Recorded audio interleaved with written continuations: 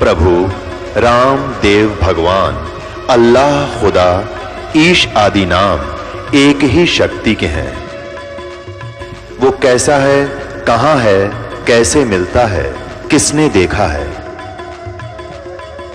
ये प्रश्नवाचक चिन्ह पूर्ण रूप से हटाने के लिए अवश्य सुनिए जगत गुरु तत्वदर्शी संत रामपाल जी महाराज के अमृत वचन, सर्व पवित्र धर्मों के पवित्र शास्त्रों के आधार पर।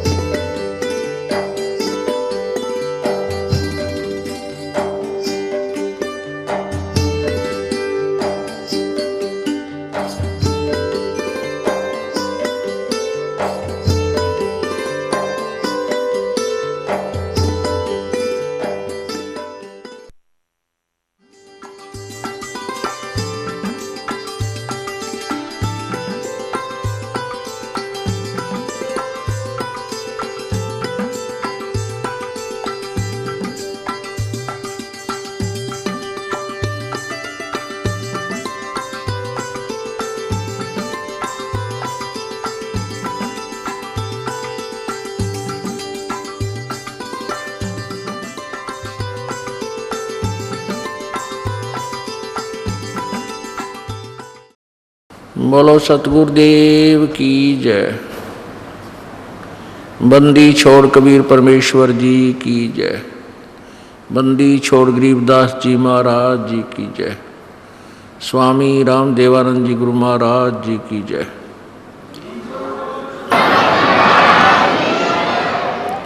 सर्व संतों की जय, सर्व भक्तों की जय, धर्मी पुरुषों की जय, श्री काशी धाम की जय, श्री छुडानी धाम की जय, श्री करौथा धाम की जय, श्री बरवाला धाम की जय। सत साहिब गरीब नमो नमो सतपुरुष को नमस्कार गुरु की नहीं। सुर नर मुनि जन साधुआं संतों सर्वस दी नहीं। सतगुरु साहेब संत सब डंडो तम प्रणाम। आगे पीछे मध्य हुए तिनको जा कुर्बान। निराकार निर्विषम काल जाल भयबंधनम निर्लेपम निज निर्गुणम अकल अनुबेशुंदनम। सोहम सुरति समापतम सकल समाना निर्तलय। उज्ज्वल हीरंबर हरदम अम्बे परवा अथा है वार पार नहीं मज्जतम। ग्रीव जो सुमरे सिद्ध होई गणनायक गलताना। करो अनुग्रह सोई पारस पद परवाना। आदि गणेश मनाऊं गणनायक देवन देवा। चरण कमल लो लाऊं आदंत करूं सेवा। परम शक्ति संगीतम रिद्धिदाता सोई। अवगत गुण अतीतम सत्य पुरुष निर्मोही। जगदम्बा जगदीशम मंगल रूप मुरारी। तन मन अर्पों शीशम भक्ति मुक्ति भंडारी। सुर नर मुनि जन ध्यावे ब्रह्मा विष्णु महेशा। शेष सहस मुख गावे पूजे आदि गणेशा। इंद्र कुबेर सरीखा वरुण धर्म राय ध्यावे। समर्थ जीवन जी का मन इच्छा फल पावे। 33 कोटि आधारा ध्यावे शेष 88। उतरे बहुत जल पारा कट है यम की फांसी। 33 कोटि आधारा ध्यावे शेष 88। उतरे बहुत जल पारा कट है यम की फांसी। कर जोरूं विनती करूं धरूं चरण पर शीश। गुरु जी राम देवानंद जी महाराज ने दियो नाम बख्शीश। कोटि कोटि सिजदा करूं कोटि कोटि प्रणाम। चरण कमल में राखियो मैं बांदी जाम गुलाम। उता तेरे दरबार को मोतिया मेरा नाम। गले प्रेम की जेवड़ी झांखे चो वहाँ जाऊं। तो करो तो बावड़ूं, दूर दूर करो तो जाऊं, जो राखो तो ही रहूं, जो देव सो खाऊं। जय इब के सतगुरु मिले, सब दुख आँखों रो, चरणों ऊपर शीश धरूं, कहूँ जो कहनी हो। कबीर साईं मिलेंगे, पूछेंगे कुशलात, आदि अंत की सब कहूँ, अपने दिल की बातें। गुरु जी तुम ना भूलियो, चाहे लाख लोग मिल जाएं, हमसे तुमको बहुत है, तुमसे हमको नहीं। कबीर तुमरे विसारे क्या बने, मैं किसकी शरण में जाऊं। शिव ब्रंच मुनि नारदा, इनके हृदय न समाऊं। अवगुण किए तो बहुत किए, करत न मानी हारे। बावे बंदा बख्श दियो, बावे गर्दन उतारे। अवगुण मेरे बाप जी, बख्शो गरीब नवाज। जो मैं पूत कपूत हूँ, बहुर पिता को लाज। मैं अपराधी जन्म का, नक्शक बरे विकारे। तुम दाता दुख भंजना, मेरी करो संभार। परम पिता परमात्मा, पूर्ण ब्रह्म, सर्वश्रेष्ठी रचनहार, कुल मालिक कबीर देव, कबीर साहब अपने सतलोक से चलकर यहाँ इस काल के लोक में आते हैं और अज्ञान अंधकार के अंदर भटक रहे भक्ति प्रेमी श्रद्धालुओं को, परमात्मा प्रेमी श्रद्धालुओं को सतज्ञान रूपी, तत्वज्ञान रूपी सूर्य का उदय करते हैं। जिसमें परमात्मा पहले आते रहे हैं, उस समय इन अज्ञानी नकली गुरुओं ने, संतों ने, ऋषि महर्षियों ने इस तत्वज्ञान के सूर्य के सामने अपने लोक वेद रूपी बादलों को अड़ाए रखा। इस तत्वज्ञान का प्रकाश पृथ्वी पर नहीं फैलने दिया। अब परमात्मा ने यह समय निर्धारित किया कि जब कलयुग की बिचली पीढ़ी आवेगी, उस समय इस तत्वज्ञान की ऐसी आंधी उठेगी, ऐसा तूफान लाएंगे कि ये अज्ञान के बादल कहीं के कहीं भाग जाएंगे। वो समय आ गया है। पहले चरण में, कलयुग के प्रथम चरण में परमात्मा सन 1398 में बनारस अर्थात काशी शहर में एक लहर तारा नामक तालाब में विकसित कमल के फूल पर एक शिशु रूप धारण करके विराजमान हुए थे। वहाँ से नीरू नीमा नामक एक जुलाहा दंपत्ति उनको उठा ले गए थे और उन्होंने उनकी उस लीला में परमेश्वर के बाल्यकाल की परिवरस की थी, पुत्रवत परिवरस की थी। तो वो पहला चरण था जो परमात्मा सन 1398 से सन 1518 तक 120 वर्ष रहे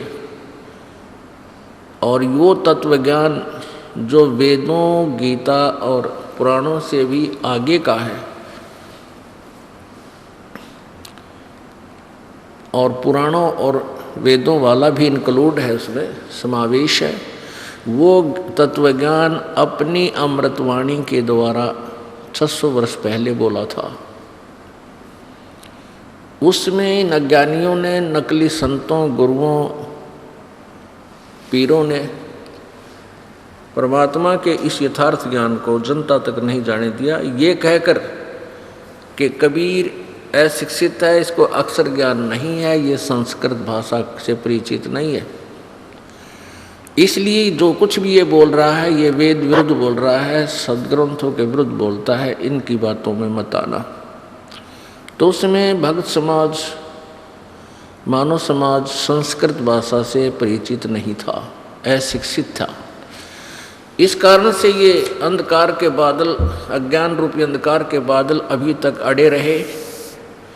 तो उसमें परमात्मा ने यही देखा था कि मैं अब यहाँ आया हूँ, तो वो लीला की परमात्मा ने जो परमात्मा किया करता है।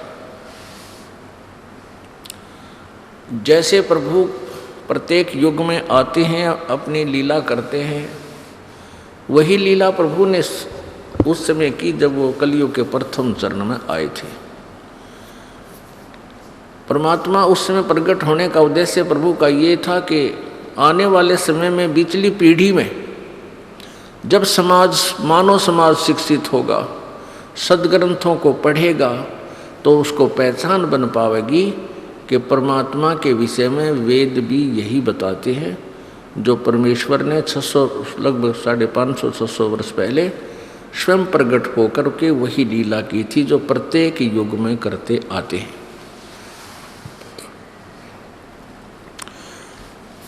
तो वहाँ मगहर से सहशरीर गए थे परमात्मा। मगहर एक स्थान है, एक कस्बा है, गोरखपुर शहर से 30 किलोमीटर की दूरी पर।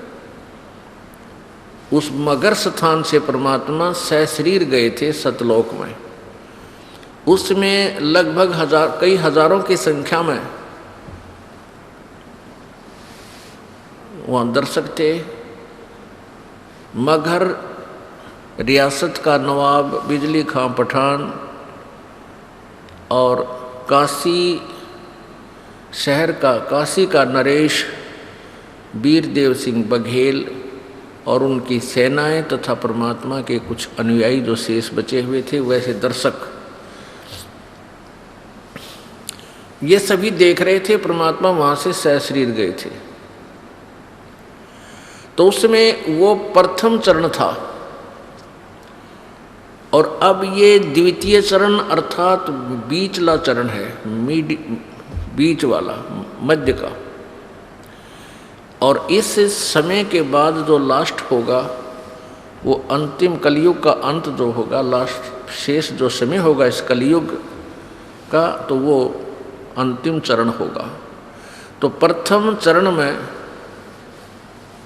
मगहर से परमात्मा लीला करके मगहर से सतलोक गए थे, काशी में सहशरीर आए थे और मगहर से सहशरीर चले गए थे।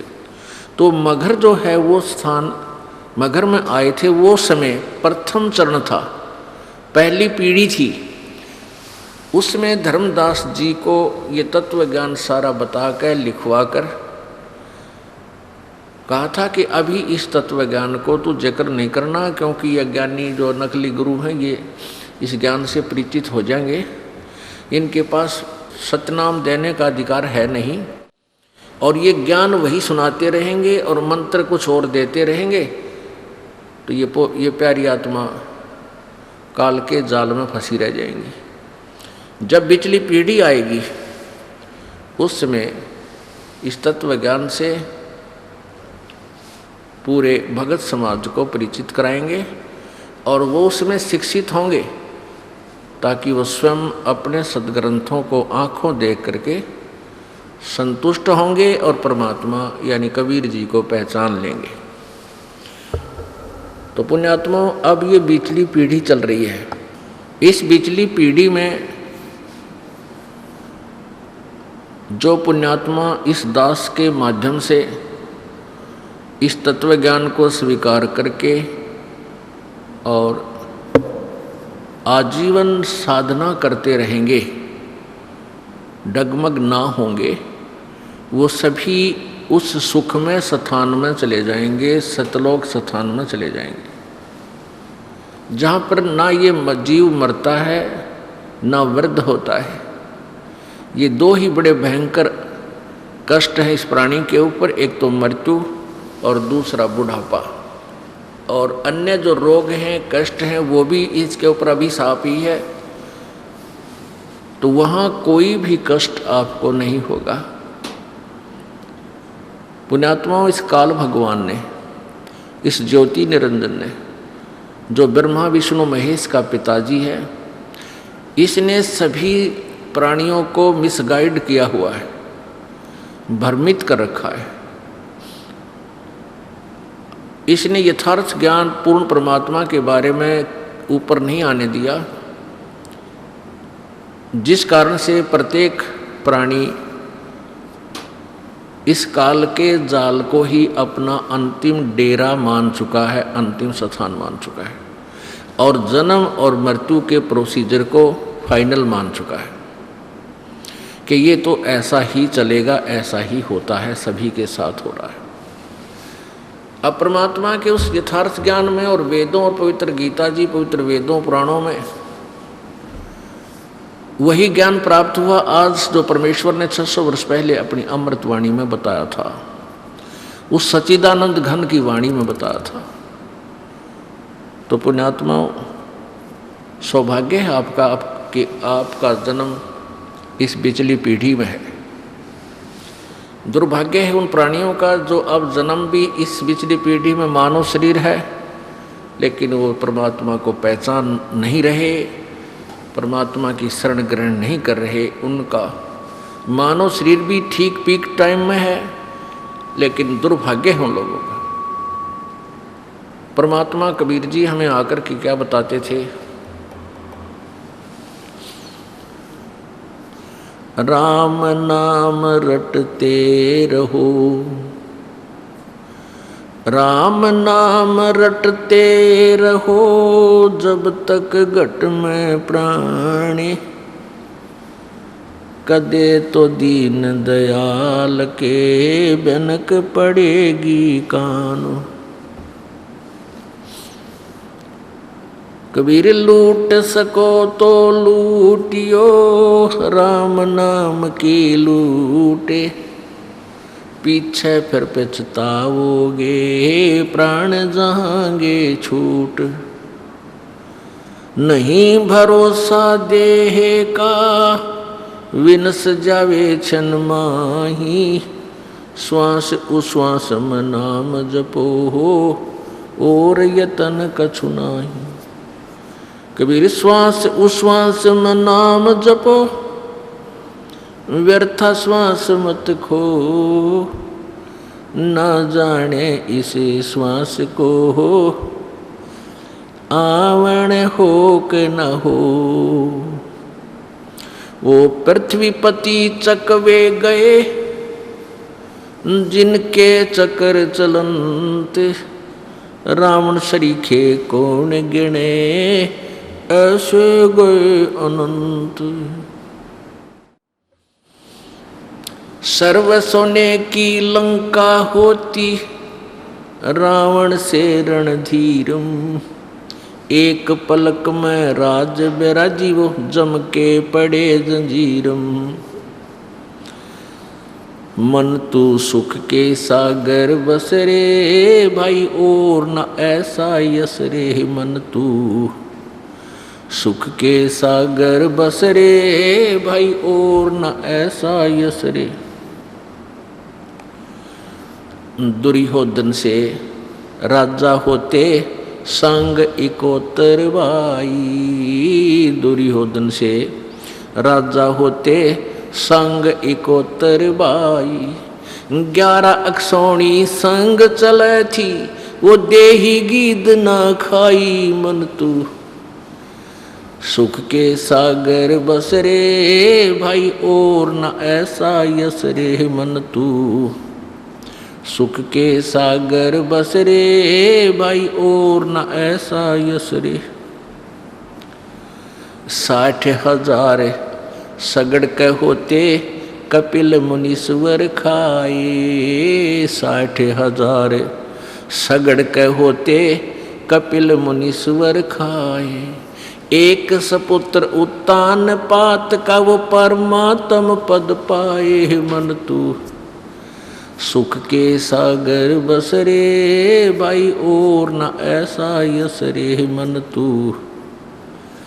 सुख के सागर बस रे भाई और न ऐसा यस रे। काशीपुरी कबीरा होते ताही लखो रे भाई।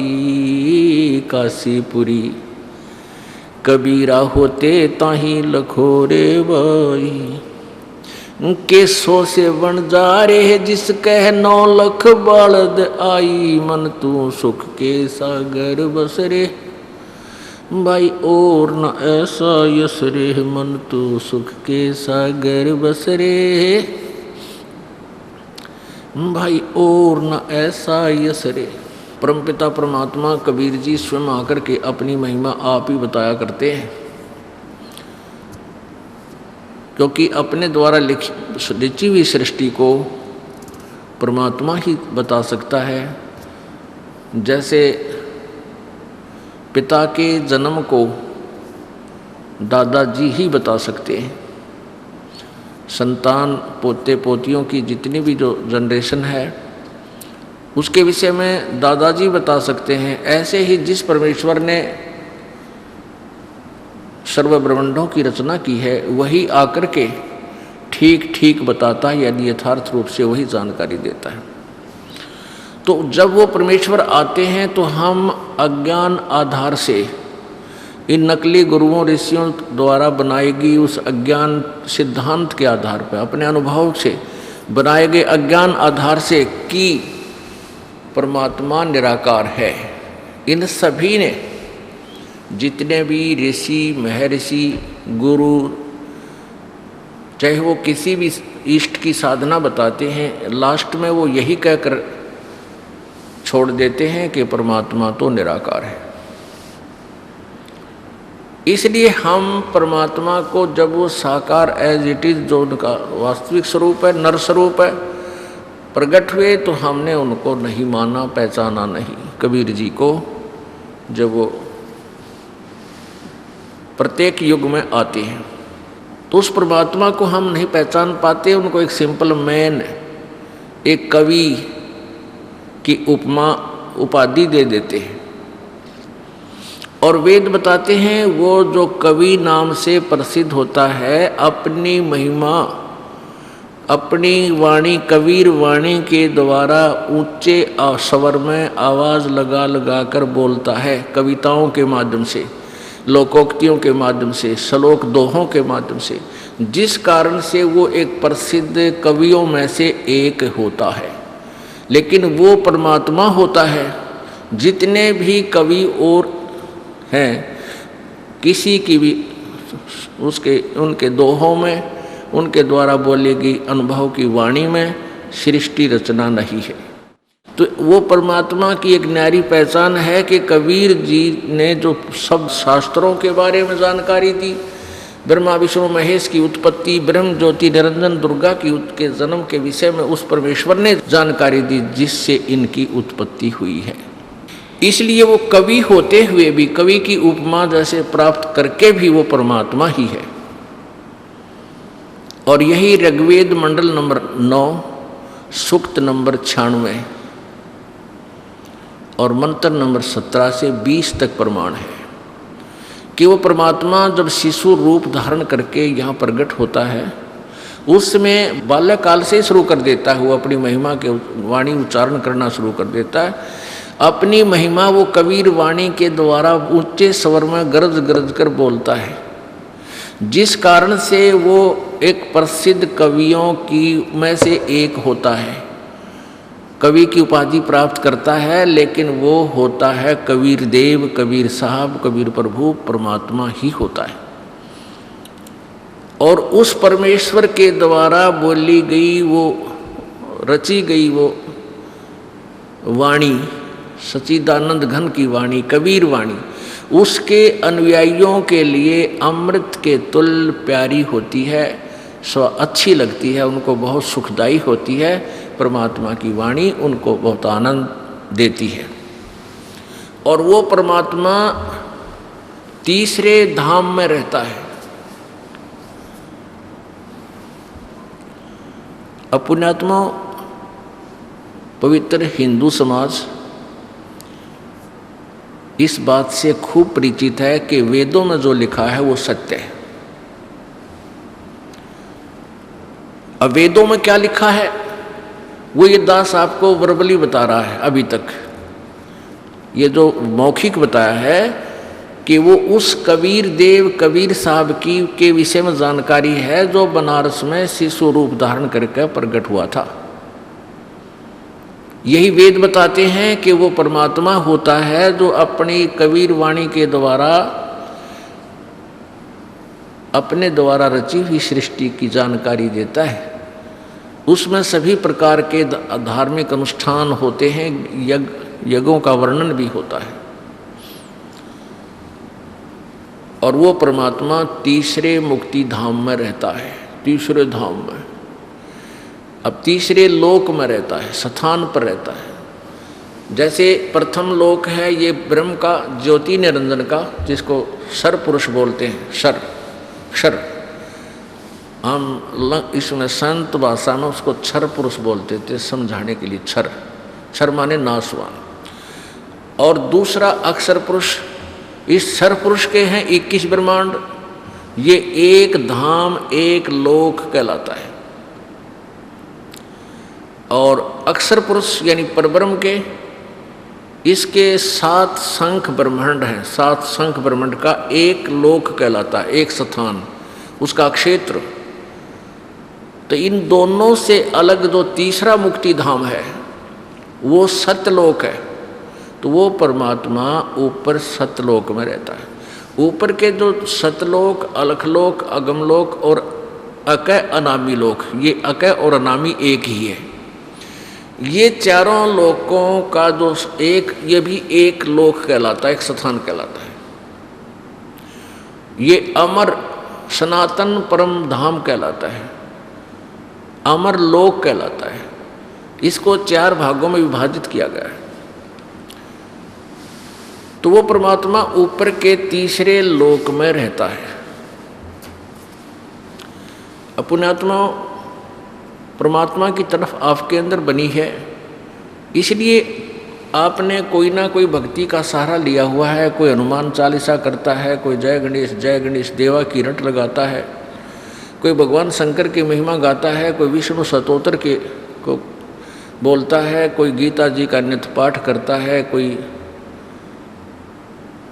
एक वो गायत्री मंत्र बना रखा है नकलियों ने, ओम भूर ओम लगा दिया। इस यजुर्वेद अध्याय नंबर 36 के मंत्र नंबर 3 का आगे ओम अक्षर अपनी तरफ से लगाकर उसका एक गायत्री मंत्र बना के और बता दिया कि इसके जाप मात्र से ही तुम्हारा कल्याण हो जाएगा। बोली आत्माओं, वेदों में तो लगभग 18,000 मंत्र हैं। तो उनमें से किसी एक मंत्र को सेलेक्ट करके उसके बार बार आवर्ती करने से, रिपीटेशन करने से मोक्ष नहीं हो सकता। क्योंकि सदग्रंथ केवल इतनी जानकारी देते हैं परमात्मा कैसा है, उससे क्या लाभ होता है, उसकी प्राप्ति कैसे होती है। तो जब तक वो संत नहीं मिलेगा और उसके पाने की विधि हमें नहीं मिलेगी, केवल उस ज्ञान के पढ़ने मात्र से मोक्ष नहीं है। और इस मंत्र के साथ ओम मंत्र लगाना भी व्यर्थ है, क्योंकि परमेश्वर की इंसल्ट है। जो भगवान ने वाणी बोल दी उसमें हम कोई आगे पीछे लगाकर उसको अच्छा श्रेष्ठ बनाने की चेष्टा करते, महामूर्खता हमारी। जैसे कंपनी ने एक गाड़ी का, मोटरसाइकिल का या कार का पिस्टन बना रखा है और उसमें कोई चतुरता दिखाता है, उसके साथ कोई नट वेल्ड कर देता है आगे पीछे कहीं और कहता है कि अब ये बहुत ही अच्छा पिस्टन हो गया, इसको अपना गाड़ी में डाल लो। उसने तो बर्बाद कर दिया, बिगाड़ दिया। वो कंपनी ने पहले ही वो बनाकर भेज रखा था, बिल्कुल स्टैंडर्ड साइज था, उसमें डिस्टर्बेंस करना महामूर्खता है। अपने आत्माओं, परमात्मा के लिए आप भटक रहे हो और आपको ये प्रेरणा देना कि भगवान भज लो तो अच्छा है, लेकिन इसके साथ साथ आपके हृदय में ये दृढ़ करना कि वेद क्या बताते हैं, क्योंकि आप वेदों को फाइनल मानते हैं। पृथ्वी पर कोई भी ये व्यक्ति नहीं है जो ये कहे कि वेद झूठे हैं। हाँ, कुछ एकाध पंथ है जैसे राधा स्वामी पंथ और उसी की ब्रांच धनधर सतगुरु सच्चा सौदा सिरसा वाला पंथ, जगमाल वाली वाला पंथ, वो एक ही है, एक का कुएं का पानी है, राधा स्वामी से ही निकला हुआ। ये अवश्य कहते हैं कि वेद और गीता को हम नहीं मानते, क्योंकि वो उनकी सोच है।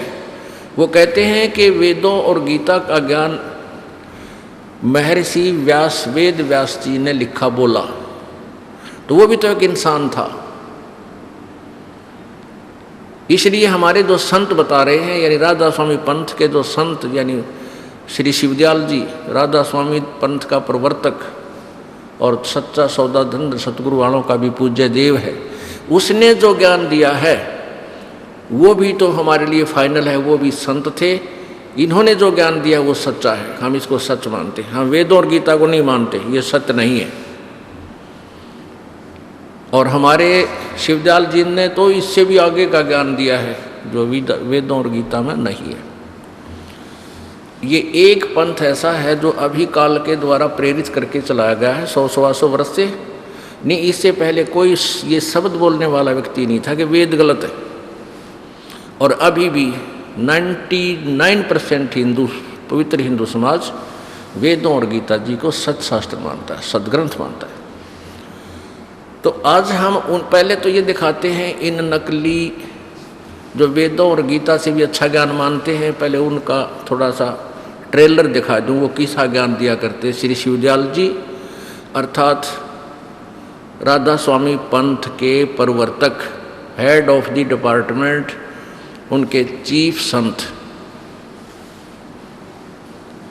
उसके बाद परमेश्वर के बारे में जानकारी आपको देंगे। देखिएगा, सार वचन वार्तिक, सार वचन राधा स्वामी वार्तिक, हजूर स्वामी जी महाराज, राधा स्वामी सत्संग व्यास।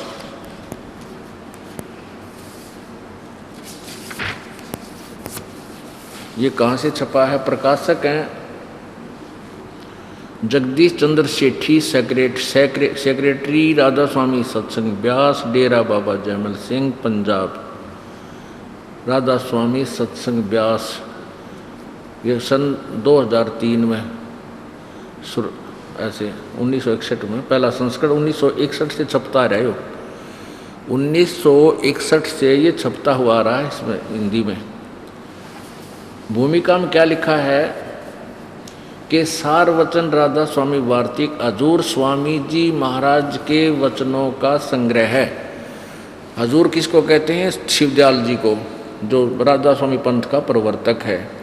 ये वचन सत्संगों तथा अन्य चर्चाओं के दौरान सत्संगियों ने नोट किए थे। स्वामी जी महाराज के परम धाम सिधारने के कुछ वर्ष बाद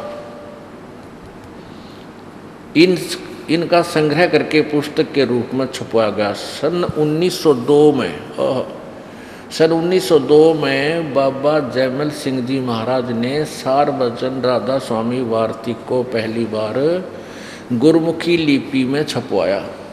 वो गुरमुखी लिपि भी मेरे पास रखी है, जिटिस इस दास के पास वो भी रिकॉर्ड है, सारा रखा हुआ है।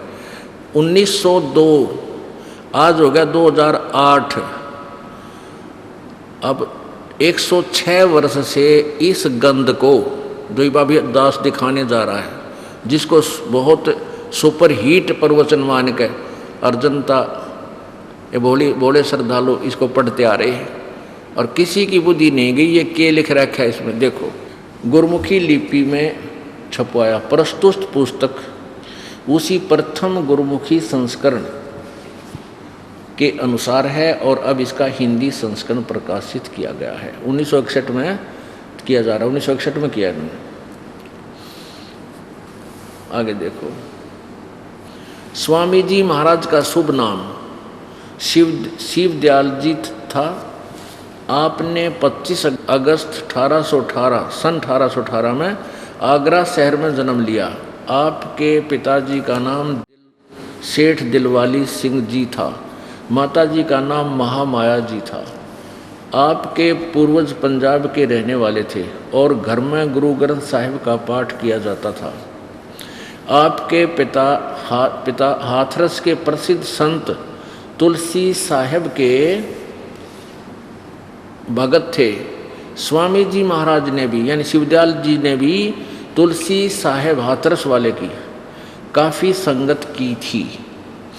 बचपन से स्वामी जी महाराज का रुझान अध्यात्म की ओर था। आपने एक कमरे में बैठकर 17 वर्ष तक सुर शब्द योग का अभ्यास किया। अब हमने इतना ही पढ़ना है ये कि जो ये दास आपको हम इस शिवदयाल जी के अमृत वचन दिखाने जा रहा है, ये शिवदयाल जी ने अपने मुखारविंद से बोले हैं। देखिएगा, राधा स्वामी दयाल की दया, राधा स्वामी सहाय, खुलासा उपदेश हजूर स्वामी जी साहिब का। ये स्वामी जी ने बोले हैं, शिवदयाल जी ने प्रथम वचन। यहाँ से शुरू हो गया दफ़ा एक, और दफ़ा या एक दफ़ा में क्या बोला, सिर्फ काम इतना है कि इंसान यानी मनुष्य अपनी सूरत यानी रूह को उसके खजाने और निकास यानी मुकाम सतनाम और राधा स्वामी में। अब देखो सतनाम और राधा स्वामी को यहाँ मुकाम माने स्थान, एक जगह बता रहे हैं सतनाम और राधा स्वामी को पहुँचावे। ये 13-14 पृष्ठ पे है। अब 14 पृष्ठ पे हम पढ़ रहे हैं। तीसरे वचन में क्या कहा है, जितने आचार्य और महात्मा और अवतार और पैगंबर हर एक मजहब में हुए हैं, वे सब अपने अभ्यास के जोर से अंतर में तरफ मुकाम असली के चले, पर सब के सब धुर स्थान तक नहीं पहुँचे। सो बहुत से तो मंजिल पहली पर और कोई मंजिल दूसरी मंजिल पर और कोई बिरले साध और प्रेमी मंजिल तीसरी तक पहुँचे, और सिर्फ संत मंजिल 5वीं यानी सतनाम पर। अरे वाह, मंजिल स्थान बता रहे सतनाम को। और कोई बिरले संत मंजिल 8वीं यानी राधा स्वामी पद तक पहुँचे। ये राधा स्वामी यहाँ मंजिल बता दिया, स्थान बता दिया, और यहाँ भी स्थान बता दिया। राधा स्वामी मुकाम 13 पे ये प्रथम वचन चल रहा है इनका, प्रथम वचन। अब तीसरे में आपने और पढ़ा, ये तीसरा वचन है, वो प्रथम था। तो ये इससे सिद्ध हो गया कि ये स्थान, इस स्थान से आदि में यानी ये जो 8वीं मंजिल ये बता रहे हैं राधा स्वामी से, इस स्थान से यानी राधा स्वामी स्थान क्लियर हो गया। सतनाम को भी स्थान बोल रहे, ये क्लियर करना चाहता दास, ताकि अगले वचन में देखियो क्या बोल रहे हैं ना। इस स्थान से यानी राधा स्वामी स्थान से आदि में सुरत का तंजुल यानी उतार हुआ है। अच्छा, अब प्रश्न नंबर 15 पे सारवचन वार्तिक भाग 1 के 15 पे 4 नंबर वचन में अब समझना चाहिए कि राधा स्वामी पद सबसे ऊंचा मुकाम है, और यही नाम कुल मालिक और सच्चे साहब और सच्चे खुदा का है। ये मुकाम भी बता दिया राधा। अब समझना चाहिए कि राधा स्वामी मंजिल जो है मुकाम है, ये सबसे ऊंचा मुकाम है और मुकाम है, और यही नाम कुल मालिक और सच्चे साहिब और सच्चे खुदा का है। और इस मुकाम से यानी इस स्थान से 2 स्थान नीचे सतनाम का मुकाम है। अब सतनाम, इस सतनाम यानी सथान का स्थान है, क्योंकि यहाँ इन्होंने सतनाम को मुकाम बताया है। यानी मुकाम सतनाम और राधा स्वामी में मुकाम, यहाँ सतनाम मुकाम कहो तो स्थान को, और यहाँ कहते हैं स्थान, इससे 2 स्थान नीचे मुकाम, सतनाम कहो चाहे मुकाम कहो, मुकाम का मुकाम है। इनकी एंड बैंड देखियो क्या बोल रखे ने हुआ भाई, जिसको अभी सतनाम के ऊपर गाटा जोड़ा है ने, सतनाम का मुकाम है कि जिसको संतों ने सतलोक, सतनाम को सतलोक और सचखंड और सार शब्द और सत शब्द और सतनाम और सतपुरुष करके बयान किया है। ये आ गया उड़ इनका। अब देखो तेरा गजब है ये भगवान है परमात्मा। और ये श्रद्धालु इसने 150 वर्ष तक पढ़ते आ रहे गोबर नाड़ंगे ने, और इसका जो सर नहीं पैर नहीं, सतनाम को कहीं तो मुकाम बता रहे हैं, फिर सतनाम यही सतलोक है, यही सचखंड है, यही सतपुरुष है। सार शब्द भी सतनाम को ही कहते हैं, सत शब्द भी इसी को कहते हैं, और सतलोक भी यही है, सतपुरुष भी इसी को कहते हैं, सतपुरुष। अब किसी व्यक्ति ने, बंधु ने जिंदगी में जीवन में कभी कार देखी ना, और ना सड़क का पता सुन रखा हो, किसी तरह कहीं पढ़ रखा हो किसी वैसे, तो उससे कोई पूछता है, वो कहता है कि मैं तो भाई सैर सपट्टे करता हूँ, कारों में तो घूमता हूँ। तो फिर कार और सड़क और पेट्रोल ड्राइवर के बारे में जानकारी देते हुए वो बुद्धू क्या बतावे। कोई पूछ रहा है कि कार क्या होती है, कहते पेट्रोल क्या होता है। कोई पूछ रहा है ड्राइवर कैसा होता है, और वो उत्तर दे रहा है कि ड्राइवर, पेट्रोल भी कार ही को कहते हैं, ड्राइवर भी कार को ही कहते हैं, सड़क भी कार को ही कहते हैं, और शहर भी कार को ही कहते हैं। उस नालायक ने कहेगा पता हो तो कहता भांग पी रहा है, कह कति बोली बूझ, यानी कति मेंटल आदमी है जो ऐसी भाषा बोलता है। तो ये दशा है इससे राधा स्वामी पंथ के प्रवर्तक श्री शिवदाल जी की अमृत वचनों की। फिर पढ़ लिए एक बार ये 4था वचन।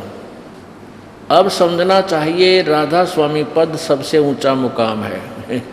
राधा स्वामी पद तो सबसे ऊंचा मुकाम हो गया, स्थान हो गया राधा स्वामी, और यही नाम कुल मालिक और सच्चे साहिब और सच्चे खुदा का है। अब राधा स्वामी पर गाटा तो यहाँ तक जोड़ लिया इन्हें, ये यहाँ तक व्याख्या आली। अब ये क्या बताते हैं कि राधा स्वामी को स्थान भी बता रहे हैं, सब तो ऊपर ला अकह स्थान, अकह लोक को ये राधा स्वामी लोक नाम धर लिया इन्हें राधा स्वामी, और कहते हैं ये भगवान का भी, सच्चे खुदा का भी राधा स्वामी नाम है। अब कोई ये कहे कि दिल्ली भारत की राजधानी है और प्रधानमंत्री दिल्ली भी, प्रधानमंत्री भी दिल्ली ही है, यानी वो दिल्ली स्थान है, वो प्रधानमंत्री ही है। तो ये व्याख्या इसने कर दी राधा स्वामी के बारे में। और आगे सतनाम के ऊपर के गाटा जोड़ा देखो, और इस मुकाम से, इस राधा स्वामी मुकाम से, सबसे ऊंचे मुकाम से 2 स्थान नीचे सतनाम का मुकाम है। सतनाम जिसको ये स्थान बोल रहे हैं यहाँ पर, ये देखो इस तीसरे वचन में इन्होंने खुद कहा है कि मंजिल संत मंजिल 5वीं यानी सतनाम पर पहुँचे, और बिरले संत मंजिल 8वीं यानी राधा स्वामी पद तक पहुँचे। राधा स्वामी मंजिल है। अब यहाँ देखो,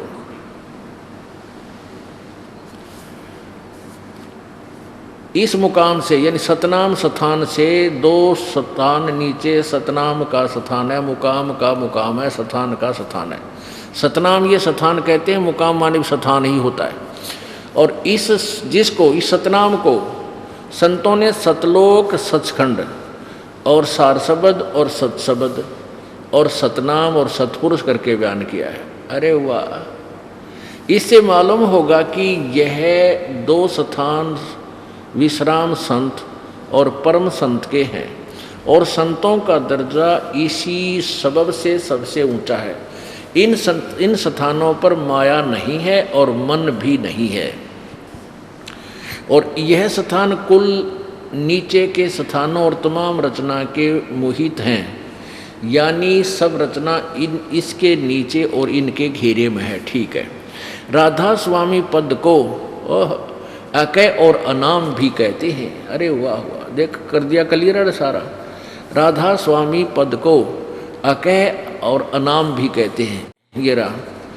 अब समझना चाहिए राधा स्वामी सबसे ऊंचा मुकाम है। राधा स्वामी स्थान को अकय और अनाम भी कहते हैं, यानी अकय लोक भी कहते हैं, अनामी लोक भी कहते हैं, क्योंकि यही पद अपार और अनंत और अनादि है, और बाकी के सब मुकाम यानी स्थान इसी से प्रगट यानी पैदा हुए। और ये सच्चा ला मकान, देख अड़ और कलम तोड़ दी उड़ जाने के लिए, ये और सच्चा ला मकान जिसको स्थान भी नहीं कह सकते, इसी को कहते हैं। अरे वाह। अब सच्चा ला मकान माने जैसे लाजवाब, जिसका कोई जवाब ना हो। ला मकान यानी कोई स्थान ना हो, यानी राधा स्वामी पद एक सच्चा ला मकान, इसका कोई स्थान नहीं है, मकान नहीं है, कोई स्थान नहीं है रहने की। और जिसको स्थान भी नहीं कह सकते, यानी इस राधा स्वामी को स्थान भी नहीं कह सकते, इसी को कहते हैं। बता, सारी उम्र पढ़ लियो, जो सेंटेंस की आप क्लियर कर दियो क्या कहना चाहा था। Head of the department of Radha Swami पंथ और धन धन सतगुरु सच्चा सौदा सिरसा वाला जगमाल वाली के इस मुखिया के अमृत वचन है, जो कहते हैं कि ये वेदों और गीता से भी सुप्रीम है। ये निर्णय आप कर लिए ये सुप्रीम थे या ना थे। अब ये तो आपने पढ़ा व्यास वालों का छपा। अब आगरा वालों का जहाँ से जड़ है इनकी वो और देख लो, 2 वचन ये देखिए। सारवचन राधा स्वामी नसर यानी वार्तिक, राधा स्वामी दयाल की दया, राधा स्वामी सहाय। सारवचन राधा स्वामी नसर यानी वार्तिक, जिसको परम पुरुष पूर्ण धनी स्वामी जी महाराज यानी शिवदयाल जी ने जबान मुबारक से फरमाया, और जो बाइज्जत राधा स्वामी ट्रस्ट द्वारा छापी गई। यह देखो, प्रकाशक है राधा स्वामी ट्रस्ट, स्वामी बाग आगरा।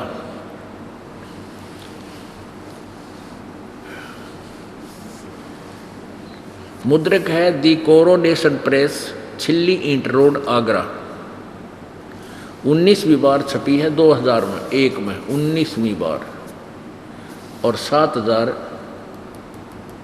छपी है। अब देखो,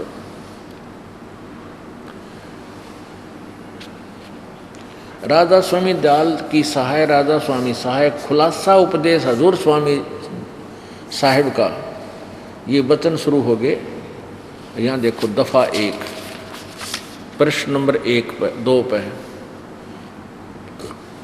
दफा 1 में नीचे आइए, वही जो आपको पढ़ के सुना था। सिर्फ काम इतना है कि इंसान यानी मनुष्य अपनी सूरत यानी रूह को उसके खजाने और निकास यानी मुकाम सतनाम और राधा स्वामी में पहुंचावे।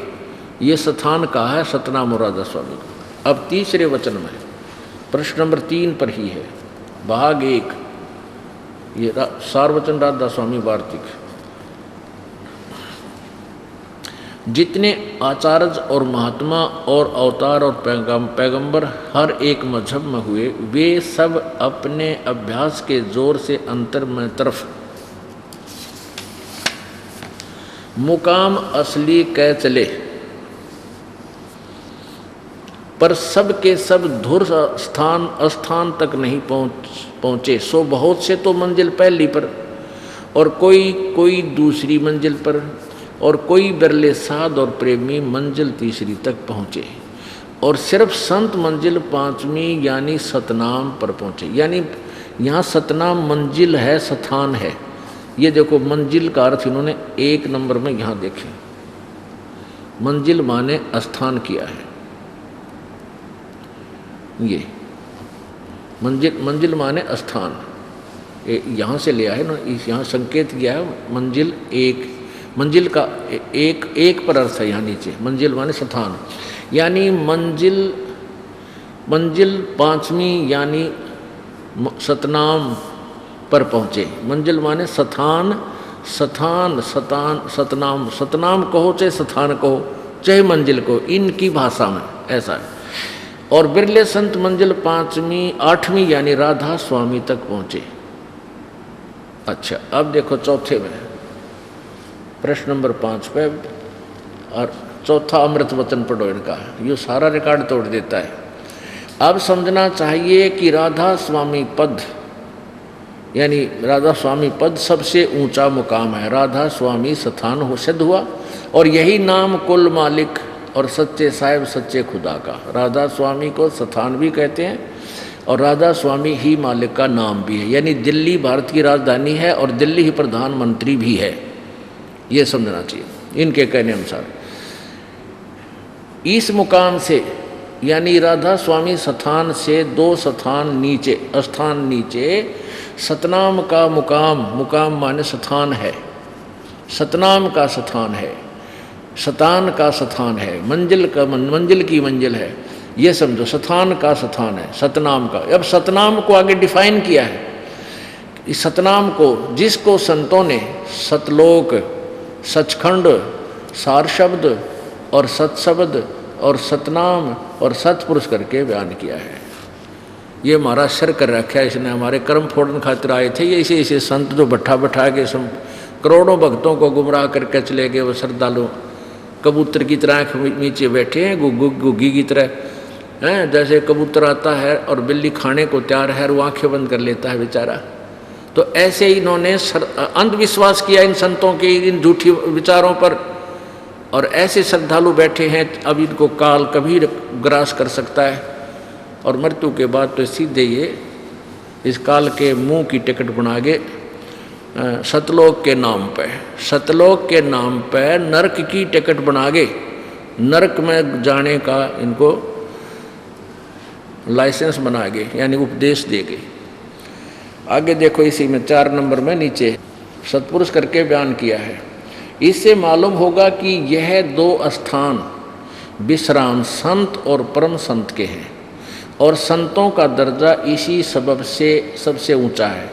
सतनाम और सचखंड पे घाटा जोड़ रहे हैं, इससे नीचे बातें नहीं कर रहे, दर्जा सबसे ऊंचा। इन स्थानों पर माया नहीं है और मन भी नहीं है, और ये स्थान कुल नीचे के स्थानों और तमाम रचना के मोहित, यानी इस सब रचना इनके नीचे और इनके घेरे में। अब राधा स्वामी पद को फिर डिफाइन कर रहा है। राधा स्वामी पद को अकय और अनाम भी कहते हैं। अकय लोक और अनामी लोक भी राधा स्वामी को कहते हैं, क्योंकि यही पद अपार और अनंत और अनादि है, और बाकी के सब मुकाम इसी से प्रगट यानी पैदा हुए। और ये सच्चा लामकान, जिसको स्थान भी नहीं कह सकते, इसी को कहते हैं। देखिए बता भाई है भगवान, अब इसका क्या है, तो इसके अर्थ निकालें। कहते हैं ये सच्चा लामकान, यानी सच्चा लामकान माने लाजवाब, जिसका कोई मकान जवाब ना हो, यानी इसका कोई स्थान भी नहीं है, और ये स्थान इसी को कहते हैं। दुर्भाग्य है उन प्राणियों का जो इनके पीछे चपके बैठे हैं और इनको परम संत, परम धनी, हजूर मान रहे हैं। अपने आत्माओं पवित्र वेद बताते हैं, वो यथार्थ ज्ञान देते हैं, और पूर्ण परमात्मा ने स्वयं आकर के उस अमृत ज्ञान को अपने द्वारा रची हुई सृष्टि को यथार्थ रूप में बताया। कबीर परमेश्वर कलयुग में प्रकट हुए, वैसे तो वो 4 युगों में प्रकट हुए। कलयुग के अंदर काल ने ये पहले चौकसी बरत रखी है कि कबीर परमेश्वर आएंगे और कबीर नाम से, अपने नाम से, यानी सच्चा मार्ग चलाएंगे। तो काल ने ये पहले ही नकली पंथों द्वारा सतलोक के विषय में जानकारी कबीर जी की वाणी को पढ़कर ही इन संतों ने, नकली गुरुओं ने, नकली संतों ने विशेष कर राधा स्वामी पंथ से ही सतलोक की टिकट, सतलोक के नाम पर उपदेश प्रारंभ हुआ और नाम दे रहे हैं सारे ये नरक जाने के। कौन से नाम हैं? ओंकार, ररंकार, ज्योति निरंजन, सोहम और सतनाम। ये 5 नाम हैं। कहते ये 5 नाम है पार करने के। ये तो नरक में ठोकण के हैं, ये काल के जाल में चौकस फंसाण के नाम हैं। ये मंत्र ही नहीं है परमात्मा को पाने के। अब इन्होंने, जब इनका ज्ञान ही ऐसा है तो फिर इनकी छुरी ऐसी है तो ये इनका उपलब्धि क्या होगी? फिर आखिर में ये क्या कह देते हैं कि 2.5 घंटे शाम में बैठो, 2.5 घंटा सुबह, और एकाग्रचित करके और सीधा त्रिकुटी में ध्यान लगाओ। परमात्मा कहते हैं झूठा ज्ञान ध्यान कहाँ लाओ? थारा ज्ञान न झूठा, फिर ध्यान कित लाओगे? क्यों मूर्ख बना रहे हो? झूठा ज्ञान ध्यान कहाँ लाओ? ये वाद विवाद चतुराई, ये वाद विवाद चतुरता के कारण तुम इन भोली आत्माओं को गुमराह कर रहे हो।